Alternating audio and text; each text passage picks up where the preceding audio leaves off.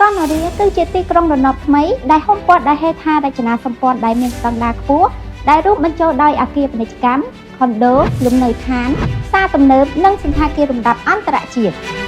ថ្ងៃនេះផងដែរនាងខ្ញុំសូមណែនាំអគារពាណិជ្ជកម្មមួយកន្លែងស្ថិតនៅលើផ្លូវធំលក្ខខណ្ឌបង់ប្រាក់មានភាពងាយស្រួលនិងបត់បែនទៅតាមតម្រូវការរបស់អតិថិជន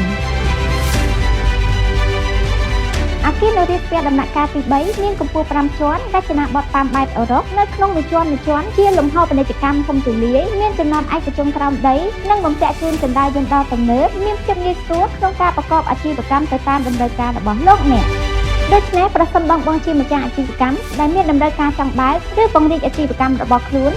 សូមទំនាក់ទំនងមកកាន់ក្រុមការងារ iTeam តាមរយៈលេខទូរស័ព្ទ link Telegram ឬប្រអប់ Chat Page សូមអរគុណ